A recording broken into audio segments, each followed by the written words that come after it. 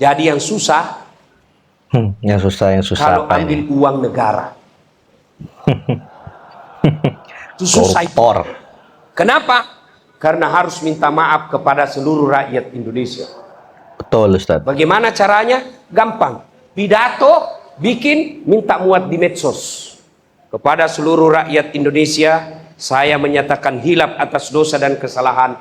Dan saya berjanji akan mengembalikan semua aset negara yang saya ambil. Kayaknya nggak ada yang seperti Kalau itu, dia Ustaz. minta maaf, bertobat, tapi aset negara tetap diambil, tobatnya tidak dikembalikan. Kadang koruptor sekarang bangga Nanti ketika barang yang ditangkap. pernah diambil itu disuruh pikul. Bismillahirrahmanirrahim. Assalamualaikum warahmatullahi wabarakatuh. Bagaimana kabar kalian semua? Semoga kalian semua selalu dalam keadaan sehat walafiat, dan semoga kalian semua selalu dalam lindungan Allah Subhanahu wa taala. Amin amin ya rabbal alamin. Seperti biasanya pada konten kali ini saya akan memberikan sebuah reaksi sekaligus. Mari saya mengajak kepada Anda semua untuk bersama-sama belajar tentang kajian atau penceramah dari guru-guru kita tercinta, entah dari para habaib, dari para ulama, dari para kiai, dari para ustadz dan sebagainya. Dan sekarang kita bersama-sama belajar bersama Ustadz Das'ad Latif, yang mana Ustadz Das'ad Latif sedang berceramah, sedang memberikan kajian di depan para narapidana narkoba dan sebagainya. Dan poin apa yang akan disampaikan oleh beliau Ustadz Das'ad Latif di depan para narapidana, tonton saja video ini sampai selesai agar kita bersama-sama mendapatkan ilmu yang baru, ilmu yang barokah, dan yang pastinya ilmu yang manfaat. Amin ya rabbal alamin. Dan oh iya, untuk Anda yang sedang haus, silahkan minum air barik lana. Selain menghilangkan rasa dahaga atau menghilangkan rasa haus, tetapi juga air ini penuh dengan barokah, karena air ini barik lana diproduksi langsung oleh Pondok Pesantren Al-Amin Perenduan. Sebelum kita lanjut, saya akan minum dulu. Bismillahirrahmanirrahim.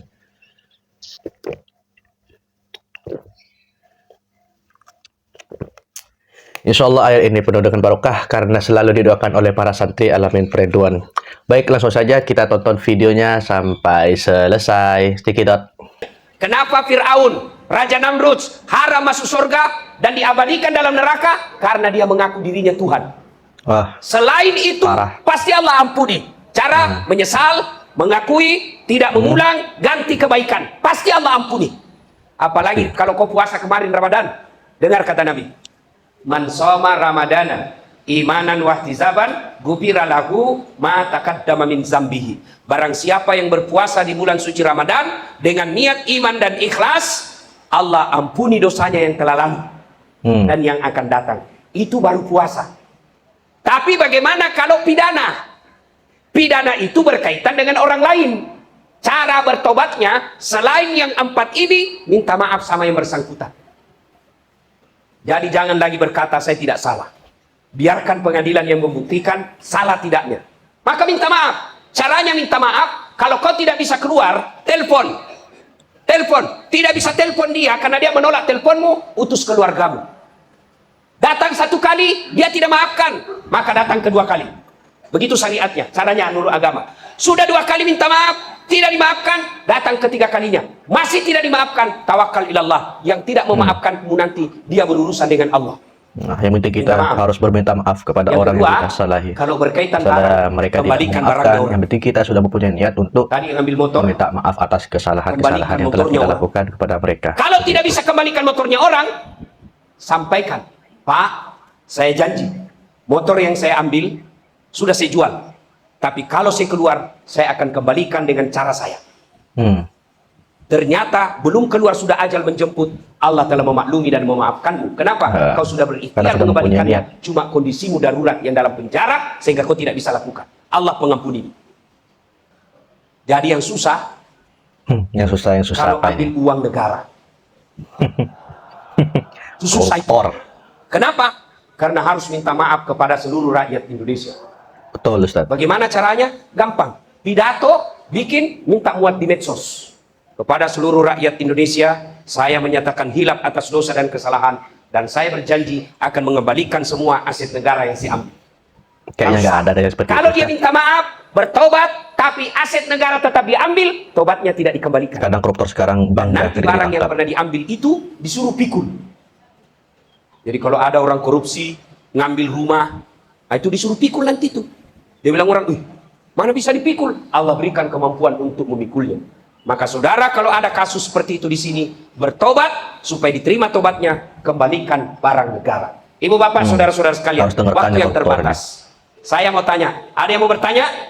Ada? Ah, itu dulu yang mudah. Saya kasih kesempatan. Silakan bertanya, dapat hadiah. Nah, jangan cerita kasusmu, urusan pengadilan itu. Ya, apa masalahnya? Ya. Kalau narkoba bertobatnya gimana, Pak? Bertobatnya satu, menyesal. Dua, tidak ulang. Jangan lagi kau tobat tapi tetap konsumsi. Dia bilang, saya tidak bisa kalau tidak konsumsi. Tidak boleh, berhenti. Yang ketiga, kalau ada berkaitan dengan uang yang kau dapat dengan menjual itu, uang itu sedekahkan. Semuanya. Ini kayaknya Membersihkan. Jangan lagi kau pikir ini beliau jerih payah berceramah di saya. depan para napi Ini hasil kayaknya, keringat. guys. Kalau itu kau yakin uang narkoba, maka sedekahkan. Kembalikan. Oke? Berapa tahun ancaman? 9 tahun. Berapa umur sekarang deh? Sudah menikah? Ah, kau bersyukur karena belum menikah. Bayangkan kalau ada istri dan anakmu, dan kau di dalam begini, anak dan istrimu pasti nanggung dosa, tanggung malu. Kau bersyukur karena kamu masuk di sini pada saat Alhamdulillah, masih usia ada muda. Gimana kalau kau sudah punya hal cucu? Cucumu negatifnya. bilang, bapakku Masih narapidana. ada hal positifnya. Ya kan? Ah, kau bersyukur. Berpikir seperti itu, insya Allah membuat hati tenang. Ya, oke? Ya, terima kasih. Ada lagi? Ada lagi? Di sana? Enggak ono? Piye kabare? Api-api? Tapi Ada lagu itu kalau kita dalam penjara begini lagunya. Berakit-rakit dahulu, berenang-renang ke tepian, sakit-sakit dahulu, susah-susah dahulu, lalu kemudian berbahagia. Itu kalau kau tobat. Kalau kau tidak tobat, lalu kemudian tetap susah. Itu ya. Betul, Ustaz. Oke, ada lagi? Siapa? Ah, ini, Bapak ini. Apa masalahnya, Pak? Masalah tahun lalu, sebelum almarhum bapak saya sering melawan sama orang tua saya sampai saya di dalam. Masya Allah. Orang tua saya meninggal, kira-kira untuk bertobatnya seperti apa, Pak? Ya, ini dengar ini. Banyak yang bertanya begini, Ustadz, saya dulu nakal. ini di Sering blur ini. membuat ibu Emang bapak sengaja saya ya. menangis, selalu Kayak- saya lawan. Tapi setelah saya di penjara, beliau meninggal. Tidak sempat lagi ketemu dan tidak sempat minta maaf. Bagaimana cara berbuat baiknya? Satu, doakan. Doa untuk orang tua sudah meninggal, Mas, tidak banyak. Ya Allah, ampuni dosanya. Dua, terima amalnya. Tiga, lipat gandakan kebaikannya. Empat, lapangkan alam kuburnya. Yaitu, coba ulang, Mas. Ya Allah, Ya Allah, ampuni ampuni dosanya. dosanya, Terima Amin. amalnya. terima amalnya, Amin. Lipat gandakan kebaikannya. lipat gandakan kebaikannya, Amin. Lapangkan alam kuburnya. lampangkan alam. Amin. Kalau dalam hati sampean menyesal, Allah ampuni. Ya, oke. Insya Allah, lagi. semoga terkabul. Nah, sampean. Apa masalahnya? Kawin lagi tidak dapat izin.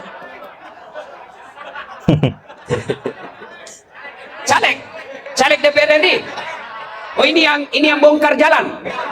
Oh iya. Iya, Mas. Berarti sampean banyak fans di sini ya? Nah.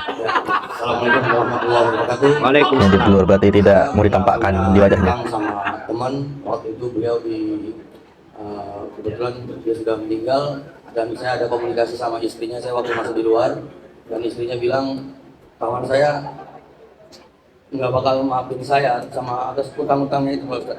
Ya, sampean tidak bisa bayar utang.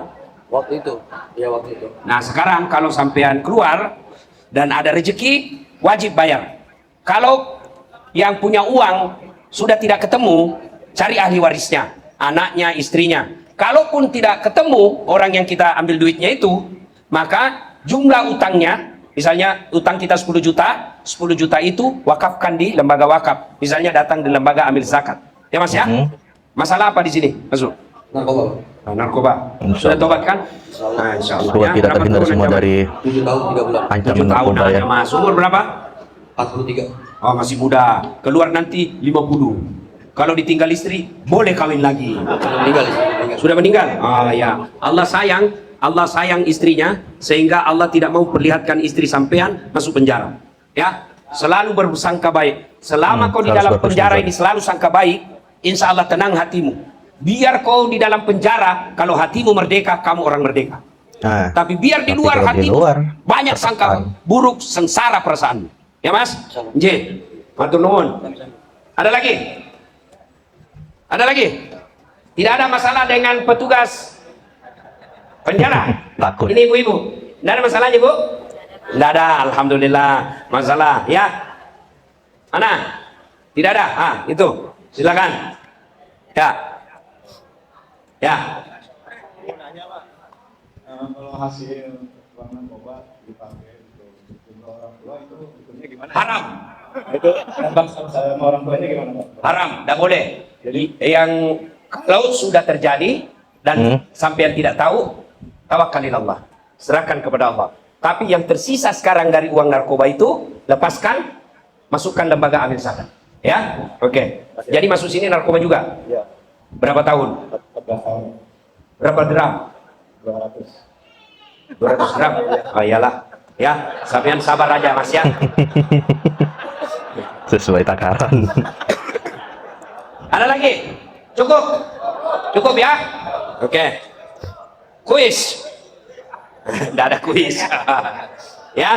Jadi, Bapak Ibu, adik-adik sekalian, saudara-saudaraku, kalau mau tenang dalam penjara, jangan kau selalu berpikir kenapa saya di sini, kenapa begini, kenapa begini.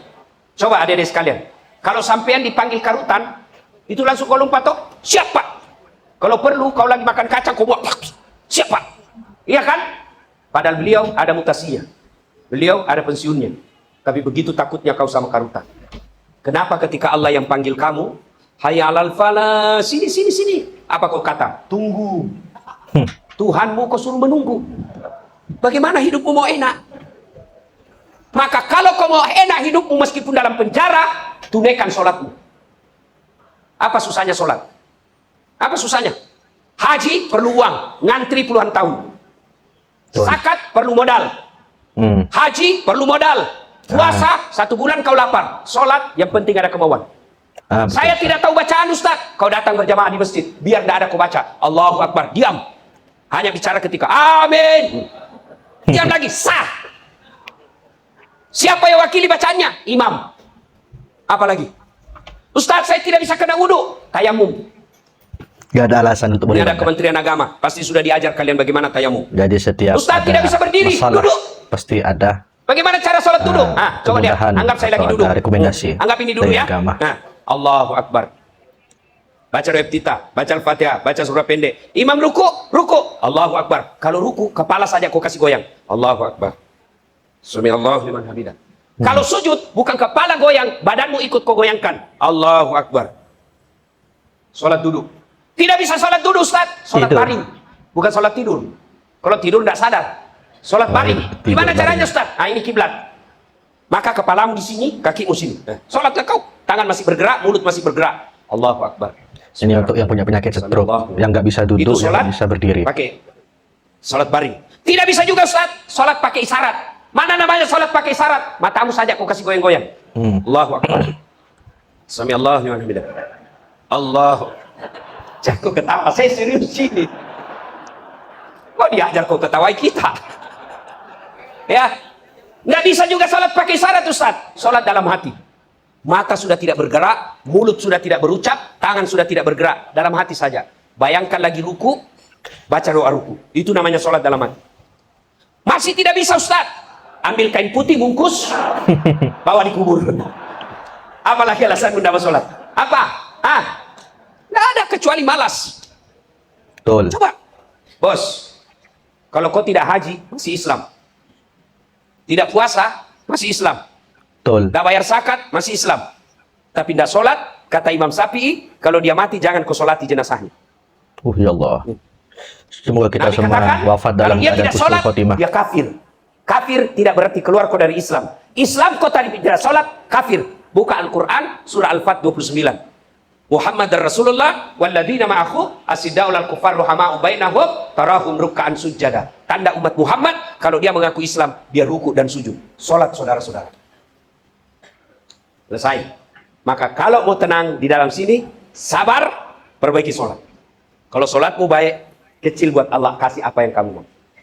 Ya, Ibu Bapak, saudara-saudara sekalian, karena waktu yang sangat terbatas, ini saja tausiah kita, mudah-mudahan ada manfaat. Amin. Saya berikrar kepada Pak Kerutan, insya Allah saya akan sering-sering datang ke sini, termasuk ke rutan-rutan yang lain, saya akan datang. Tapi kalau bisa Pak Kerutan, tidak usah semewah ini. Ini makan ongkos. Ada lagi tenda-tendanya, merah-merah putihnya, ada begininya, ada AC-AC-nya. Ini kan berat. Saya berusaha untuk tidak ada biaya dalam ceramah-ceramah seperti ini. Karena saya tahu rutan susah cari anggaran. Ya. Insya Allah, kumpulkan saja sholat duhur, ada ceramah, kita ceramah 30-50 menit, sudah. Tidak mesti ada acara-acara makan-makan seperti ini. Kalaupun ada, Alhamdulillah. Kalau tidak ada, don't worry, be happy. Terima kasih, mudah-mudahan ada manfaat. Saya Amin. doakan kalian semua, diberikan ketenangan jiwa. Amin. Allah kabulkan doa-doanya. Allah Amin. kuatkan keluarganya yang ada di luar. Amin. Bisikum wa nafsi bitaqwa. Alhamdulillahirrabbilalamin, akhirnya kita sudah bersama-sama mendengarkan dan menyimak kajian ceramah yang disampaikan langsung oleh Ustadz Das'ad Latif, yang mana beliau berceramah sekaligus tanya jawab bersama para narapidana. Dan poin dari ceramah beliau yang pertama, yang paling penting adalah dosa yang sangat susah dimaafkan, yaitu dosanya para koruptor. Kenapa? Karena mereka harus meminta maaf langsung kepada semua masyarakat, semua umat yang berada di Indonesia. Jadi kalau di antara mereka, di antara orang, di antara masyarakat yang tidak ridho, tidak memaafkan atau tidak mendengarkan tanda maafnya itu, maka tidak akan dihapus dosanya atau tidak dimaafkan dosanya. Dan juga beliau, para narapidana, bertanya kepada Ustadz Das'ad Latif mengenai hukum memberikan uang kepada orang tua dari hasil narkoba dan sebagainya. Jadi kalau kita nonton dari awal sampai akhir, insya Allah kita sudah mendapatkan ilmu yang baru, dan yang pastinya ilmu yang barokah dan ilmu yang bermanfaat. Dan yang untuk Anda yang masih belum mendapatkan poin apa yang disampaikan oleh beliau, tonton ulang videonya dari awal hingga akhir. Dan jangan lupa, sebelum ditutup video ini, silahkan minum air Barik Kelana. Selain menghilangkan rasa dahaga dan rasa haus, juga penuh dengan barokah karena air Barik Kelana langsung diproduksi oleh Pondok Pesantren Al-Amin Perenduan. Cukup sekian dari saya, mohon maaf apabila banyak sekali kesalahan dari tata bicara, dari tingkah laku, dari pengeditan sebagainya, karena saya adalah manusia biasa yang tak luput dari salah dan dosa. Dan akhirnya, Assalamualaikum warahmatullahi wabarakatuh.